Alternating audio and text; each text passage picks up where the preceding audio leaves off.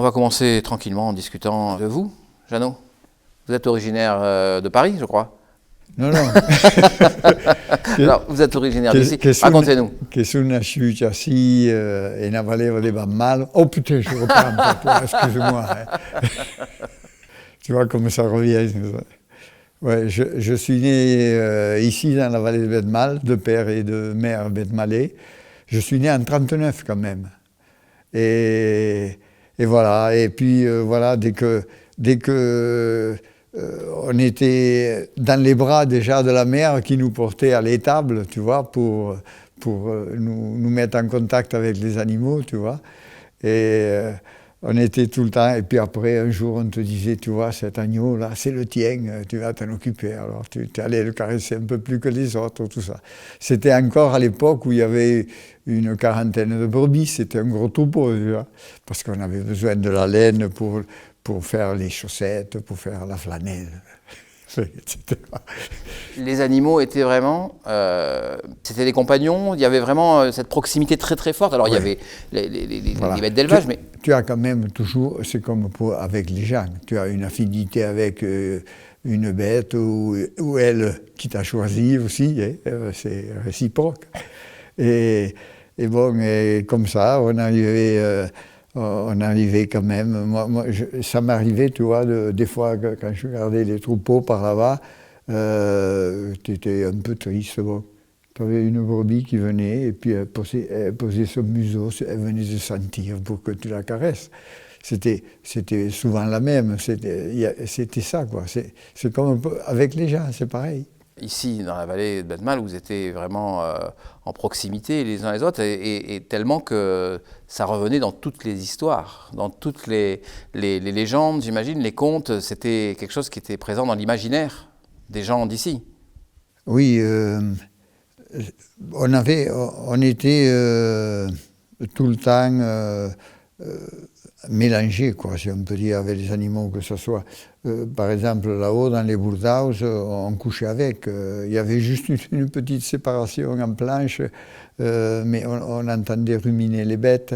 S'il y en avait une qui allait véler ou n'importe, hop, on se levait de suite, parce qu'il ne fallait pas perdre. Et on avait les odeurs mais bon, ça ne nous gênait pas. Ça ne nous gênait pas, on était habitués, quoi, à être comme ça. Sinon, le chien, souvent, il gardait la maison, il restait à l'extérieur, sauf quand il y avait de la neige, il avait l'autorisation de rentrer quand même. Voilà. Des histoires d'animaux, vous en connaissez? Des histoires d'animaux, oui, c'était... quand on était gosse comme ça, on s'amusait avec le chien. Bon, quand je m'ennuyais, ou à un endroit à Mounir ou autre, on jouait au cache-cache. À cache-cache, alors je lui disais, couche-toi là. Il se couchait, il était obéissant, hein. Il était très intelligent, vous voyez. Quand il était, je lui disais par exemple, couche-toi là et tu surveilles. Et les bêtes, elles n'avaient pas le droit, hein. Mais sans que je le commande, hop, il partait. Celle-là, elle a débordé. C'était un plaisir de le voir faire. Ou alors, j'ai perdu le béret où il est, alors que je l'avais déposé, je savais où il était. Il partait, il allait me chercher le béret. Ou alors, je partais, j'avais laissé le bâton. Oh putain, oh, j'ai perdu le bâton, oui, oui. Il partait, il allait me chercher le bâton, il me ramenait le bâton. Alors, et il avait appris à travailler avec un autre chien, comme ça, pendant une année. Mais après, il avait pris son indépendance. Bon, il était prêt à travailler comme il se doit. Alors, pour finir l'histoire du cache-cache, alors je m'amusais, j'étais là-haut. Il me suivait à la trace, il était malin quand même.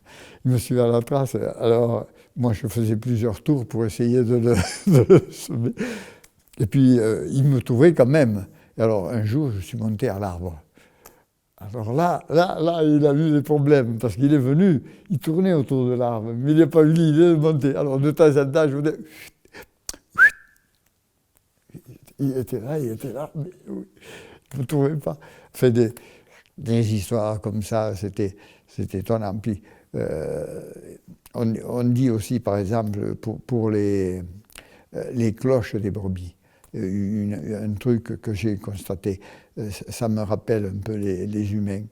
C'était une brebis, on lui mettait une cloche, elle était tout le temps, parce qu'elle était tout le temps derrière, et puis elle avait en général, il y a une dizaine de brebis qui se fient au son de la cloche, parce que la brebis, elle est souvent la tête en bas, vous savez, ou dans elle se guide au son de la cloche.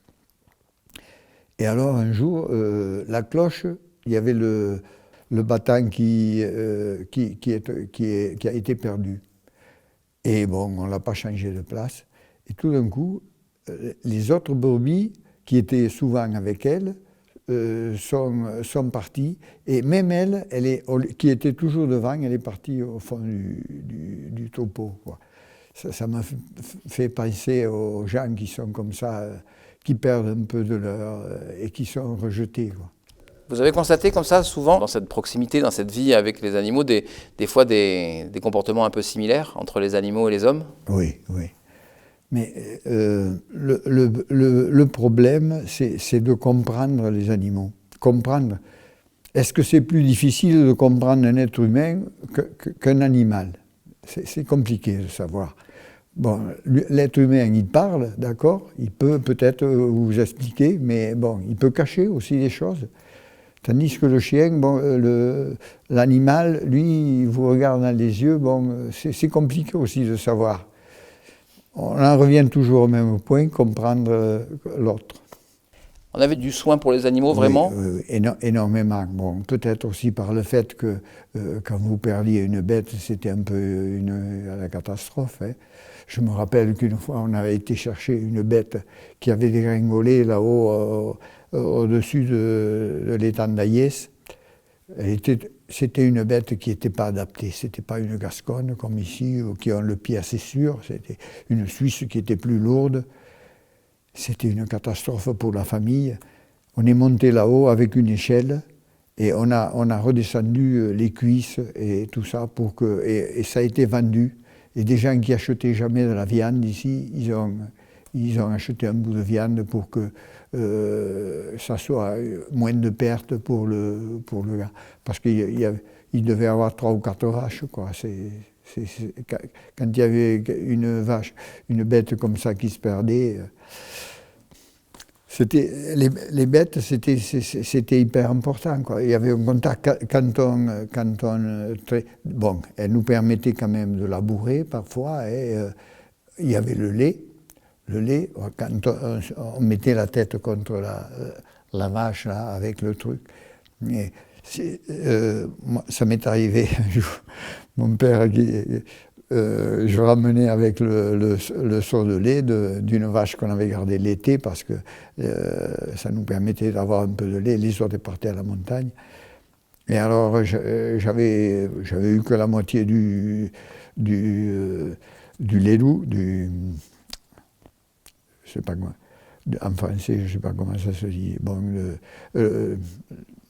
l'endroit, le seau, allez, oui, le seau. Et mais t'as eu que ça comme là? Eh bien oui, j'ai eu beau attirer les tétines, rien ne descendait. Elle était habituée à ce que mon père lui la trait, et elle m'avait donné que la moitié du lait. C'est une histoire assez classique, mais ça veut dire que bon, il y avait une relation, quoi. Un lien. On peut parler d'affinité, enfin. Qu'est-ce qu'on côtoyait comme autres animaux ici? Comme autres animaux, il y a quelque chose qui m'a marqué aussi, c'était un épervier. Alors l'épervier, c'est un épervier qui était tombé du nid. Je ne sais pas s'il était tombé de l'église, il y a un trou dans l'église, et il était tombé par terre. Et j'avais du mal à l'attraper parce qu'il arrivait à courir comme ça, mais il ne savait pas voler. Et alors je l'ai recueilli, et puis bon, j'avais une petite cage, je l'y avais mis, et j'allais de temps en temps lui cueillir un petit ver, et c'était la période des merises noires. Et alors je le prenais comme ça, et on allait en dessous le village là, On allait en dessous le village et je le nourrissais comme ça. Au début, il fallait que je lui ouvre le bec.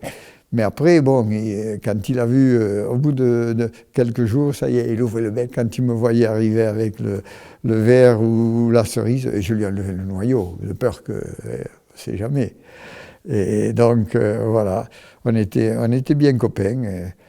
Et un jour, on était obligé de faire un rectangle à l'école. Et j'avais 6 ans, j'avais commencé l'école à 5 ans. Bon. On n'avait pas d'équerre. Alors, une fois, mon rectangle, il partait comme ça. Une autre fois, il partait de l'autre côté. Et bon, il y a l'institutrice à la fin qui passe et qui me dit « Oh, mais... » Elle était en colère. Elle me dit « Tu vas rester enfermé tant que tu n'auras pas fait un rectangle correct. » J'essayais bien, mais bon, je commençais quand même, elle veut m'enfermer, celle-là. Je voyais la fenêtre. Elle est partie, les copains sont partis aussi. Et puis moi, tout seul, enfermé là-dedans, j'ai grimpé un peu, j'ai ouvert la fenêtre et hop, je suis parti. Je suis parti aller nourrir mon oiseau, tout content. Bon. Je l'ai repris, je le fais voler un peu, je lui apprenais à voler. Il commençait à bien voler, hein, à partir un peu. Et comme ça, le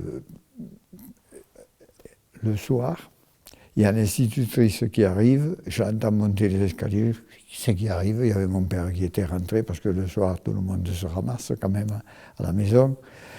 Et elle arrive, elle dit « J'avais enfermé Jeannot à l'école parce qu'il ne me faisait pas un bon rectangle. Il est passé par la fenêtre. » Silence. Silence. Et elle regarde, puis bon, elle repart. Elle repart. Et mon père qui me dit « Le rectangle, il peut attendre. » Quand c'est l'heure de donner à manger aux bêtes, moi, il fallait que je donne à manger à mon épervier. Je lui donne à manger toujours à cette heure-là. Il me dit, tu as raison. Le rectangle, il peut attendre. Quand c'est l'heure de donner à manger à l'épervier ou aux bêtes, il faut leur donner à manger. Et c'est comme ça, tu vois, qu'on devenait le respect des bêtes et de la terre, quoi. La priorité, c'était... Mais je vais te finir l'histoire de cet épervier. Alors donc, on était bien amis, on se promenait ensemble, tout ça, fiers. Et puis un jour, bon, il allait de plus en plus loin quand même. Il allait de plus en plus loin. Et puis moi, je le sifflais. Il est arrivé. Il venait se poser. Putain, j'étais fier. Et un jour, il est monté. Puis je l'ai perdu de vue. Je suis resté là. Et je sifflais, mais il avait disparu. J'ai attendu, putain, puis la nuit est arrivée, bon, le lendemain, j'y suis revenu quand même pour aller voir que quoi. Il était parti, il avait choisi la liberté. Et alors mon père, il me voit, j'étais tout triste, il me dit, si tu avais coupé le bout des ailes, des plumes, tu sais, il n'aurait pas pu voler aussi loin, comme ça, partir. Oui, mais moi, mon plaisir, c'était de le voir voler, quoi. Je ne pouvais pas le suivre. Une belle histoire, une belle morale. Et oui, il a choisi la liberté. Vous ne l'avez jamais revu? Non. Et oui. Oui, c'était... Mais bon, j'ai son souvenir. C'était plus naturel qu'il vole de ses propres ailes. Oui. C'est pareil. Les enfants, c'est pareil. Un jour, il faut qu'ils partent. Et c'est bien, c'est une bonne chose qu'ils partent aussi. Vous me disiez tout à l'heure qu'à l'époque, il y avait 1800 personnes qui vivaient dans la vallée. C'était, pour le coup, il y avait vraiment autant de... J'imagine qu'il y avait encore plus de bêtes, du coup, encore plus d'animaux, parce que 1800 personnes, c'était... Oui. À un moment donné, il y avait beaucoup de chèvres. Et puis, énormément. Et on travaillait par village. Il y avait les chèvres du village de Villargin, les chèvres du village d'Arien. Chacun avait son troupeau et on mélangeait les bêtes. Et puis après, il y a eu cette histoire bon, elle faisait quand même des dégâts dans les forêts, tout ça. Et il y a eu la fameuse guerre des demoiselles. Bon, vous en avez entendu parler peut-être. Rappelez-nous. Il y a eu une loi qui a interdit aux paysans de mettre les bêtes dans la forêt parce qu'elles faisaient des dégâts, etc. Et puis après, il y avait des gardes-chasse qui allaient très loin et qui mettaient des PV. Bon. Et alors ils se sont révoltés. Il y a eu quand même rien que sur Betmal, il y avait une cinquantaine de demoiselles. Ils s'habillaient, ils se mettaient une longue robe blanche, et ils se maquillaient le visage, et puis ils attaquaient les gardes, enfin, etc. Il n'y a jamais eu beaucoup de morts, hein, il n'y a pas eu de morts, hein, mais peut-être un ou deux. Mais en général, bon, ça se passait quand même. Et puis, ils ne se sont pas laissés faire pendant. Ils ont tenu. C'est parti un peu partout, dans toute la région, ça allait loin. C'était vraiment quelque chose. Ils avaient même envoyé des troupes. Hein. Et finalement, bon, ils sont revenus en arrière, ils ont autorisé quand même. Et bon, ça s'est calmé. Bon, mais maintenant, il y a toujours des gardes qui faisaient des affaires. Je me rappelle, il y avait eu à Betmal, il y avait eu un gars qui avait amené, soi-disant, du bois à côté de sa grange. Bon, comme c'était du bois vert, il lui avait dit ah, je vais te mettre en prison, etc. Le garde, il faisait peur, quoi.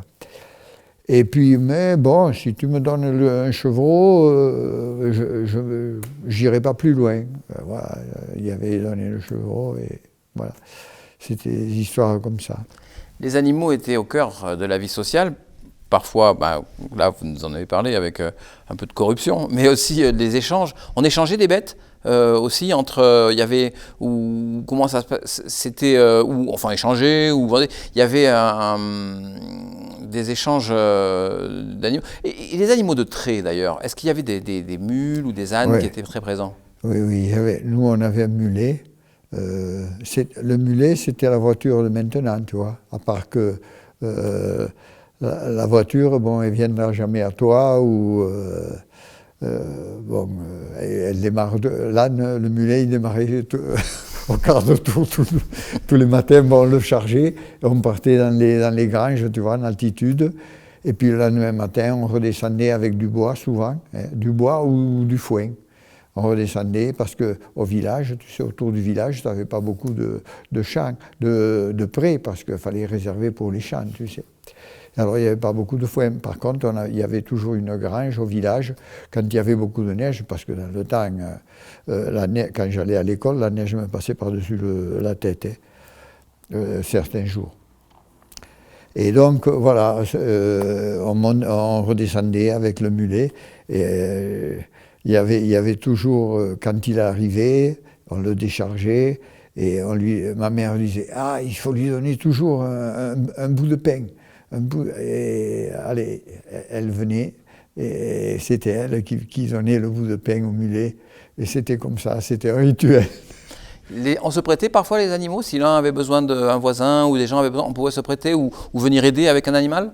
Oui, oui, ça, il y avait toujours, il y avait toujours des curvados, ils appelaient ça, des corvées, bon, enfin, et là, on se prêtait. Mais en même temps, bon, celui qui avait besoin d'une bête pour labourer ou n'importe, bon, tu as une pareille, une paire de vaches qui sait labourer, bon, tu vas venir la chercher, ou alors le mulet qui a plus de force que mon âne, bon, comme ça. Et puis après, il existait un truc, ils appelaient ça el agasallo, c'est-à-dire que si tu avais de l'argent, tu pouvais acheter des brebis, puis tu les louais. Et c'était moitié-moitié. Moi j'avais le veau, toi tu avais le lait, voilà, c'était Ça se passait comme ça. Il y avait aussi, moi je me rappelle, on allait tout à rencontre avec mon père, on amenait les brebis d'ici à Tourtouze. Ça fait un bout il faut passer Saint-Géron et puis ça fait un bout de chemin. On partait avec le mulet, la petite charrette, on était dedans. Il n'y avait pas des voitures comme maintenant. Notre petit troupeau de brebis, et allez, on les amenait jusqu'à Tourtouze, passer l'hiver. Et puis après, on se partageait la moitié des agneaux, tu vois, ou des trucs comme ça. Mais il y avait quand même, tu vois, un respect quand même. Là, ça faisait un respect pour les bêtes, tu vois. On les couvrait quand il pleuvait, comme ça. On n'aurait jamais laissé des brebis dans la neige, ou des vaches dans la neige, jamais. Quand elles étaient tondues, tu vois, on ne les sortait pas. Il fallait surtout pas que ça soit mouillé ou n'importe. C'était comme ça. C'était des siècles de culture comme ça, quoi. L'ours, il est présent dans les histoires de la vallée de Bethmal? Il est présent, oui, il est présent, mais c'était quand même... il n'y en avait pas beaucoup d'ours. Et puis, ils avaient leur culture aussi. Ils ne s'approchaient pas des maisons, tu vois, des granges. Maintenant, il y a un ours qui est venu à la grange que j'ai à Mounir, et là, il a tué une brebis à 20 mètres de la grange. Ça n'arriverait jamais. Il y avait une espèce de... je sais, il n'y avait pas beaucoup de dégâts. Il n'y avait pas de dégâts. Donc, ça s'était équilibré, quoi. On trouvait que c'était normal qu'on perde quand même 2 ou 3 brebis. Bon, ça arrivait quand on les montait à la montagne, tu sais. Sinon, ils étaient tout le temps gardés. Maintenant, tu as des barrières électriques. Ce contact qu'il y avait avec les bêtes n'existe pas. Avec une quarantaine de brebis, tu étais toujours avec les bêtes. Tu étais toujours avec. Ça fait que, bon... Et là, maintenant, bon, tu as des barrières électriques, tu as 400 brebis, tu n'as plus... à cette époque-là, on disait ça, oh ouais, j'ai pas gagné la montagne, j'ai payé la montagne, j'ai perdu 2 ou 3 brebis, bon, c'est peut-être l'ours qui les a mangés, mais bon, ça marche comme ça. Le problème, c'est que maintenant, les ours qu'ils ont importés, c'est des ours qui n'ont pas cette culture, quoi. Si on peut dire de culture. Et ils sont habitués comme ça à se nourrir. Ils sont beaucoup moins ils sont devenus plus carnassiers peut-être que les ours d'avant qui étaient obligés, qui avaient le respect des hommes, quoi, parce qu'ils savaient qu'ils couraient des risques, quoi. À partir du moment où tu cours des risques, tu essaies de diminuer les risques. À Toulouse, souvent, dans les histoires anciennes, on parle des montreurs d'ours. Des gens qui venaient d'ici, d'Ariège, ou alors peut-être de la qui venaient avec des ours et montraient des ours. Oui. Ça existait, ça existait, mais c'était plutôt du côté de l'autre côté du col de la Cor. Mais bon, il y en avait qui passaient ici quand même. Il y en a un qui a le même nom que moi, qui s'appelle Cabos là-bas, et qui est parti, qui a été monteur d'ours, et puis après qui est parti aux États-Unis, enfin, etc. Il m'a raconté un peu la vie qu'il menait, quoi. C'était quand même une vie, fallait faire. Mais il revenait avec un peu d'argent, et voilà, c'était ça, quoi. Parce qu'ici, avec un peu d'argent, on pouvait acheter un petit bout de terrain, peut-être. On va terminer avec une question qu'on pose à tout le monde. Vous avez un animal préféré, au-delà de l'épervier? Ça serait compliqué de choisir entre les brebis et le chien. Ça serait compliqué, tu vois. Parce que c'est vrai que j'ai eu tellement d'émotions aussi par les brebis. Je me rappelle quand je partais avec mon père par là-haut, aller saler les brebis. C'était quelque chose, on voyait rien, on voyait pas une brebis. Et mon père, il appelait, il sifflait, il appelait « Pigaille, Nel !» Par là-haut, je ne voyais pas. Et il y avait la réponse « Ben !» Et après, il y avait ces béliers qui descendaient avec les cloches, et tout le troupeau descendait, parce qu'ils savaient qu'on allait les saler le lendemain matin. Enfin, des émotions comme ça. Et puis le chien, c'était tellement un peu de nous, quoi. Je t'ai dit comment on s'amusait ensemble et tout, quoi. Je préfère pas choisir.